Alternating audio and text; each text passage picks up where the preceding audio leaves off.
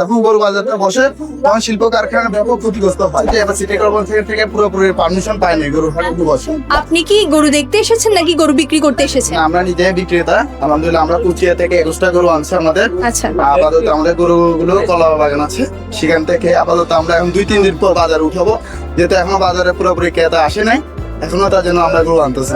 আমরা আগে দেখতাম ক্রেতা বিক্রেতাতে ভরপুর হয়ে যেত আমাদের বিভিন্ন পশুর হাটগুলো, এবার তুলনামূলক একটু কম। এর কারণ কি মনে এবার হচ্ছে? তুলনামূলক কম হচ্ছে, কারণ হচ্ছে যে এবার সিটি কর্পোরেশন থেকে পুরোপুরি পারমিশন পায়নি গরু হাটে বসে। যেমন দেখা যেত যে আমাদের এই সাউরিকা গরু বাজার, স্থায়ী যে গরু বাজারটা আছে, এটার পাশাপাশি আরো 6-7টা অস্থায়ী গরু বাজার গুলো বসতো।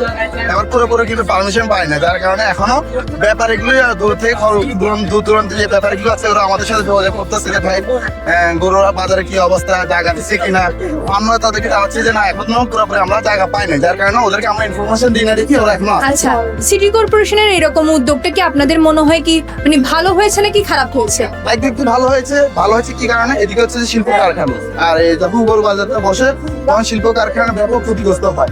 বিশেষ করে যারা মহিলা শ্রমিক আছে তাদের আসা যাওয়া অনেক ক্ষতি হয়, বা আমরা যারা গরু ব্যবসায়ী আছে তারা আমাদের গরু নিয়ে অনেক জীবনতে করতে হয়।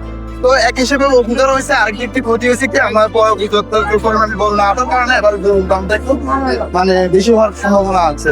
তবে আমরা আমরা নিজেরা আনছি বিক্রি করার জন্য, আমাদের নিজের জন্য এখনো নিয়ে বড় নিবো আর কি। আচ্ছা, ধন্যবাদ, আপনার সাথে কথা বলে ভালো লাগলো। ধন্যবাদ।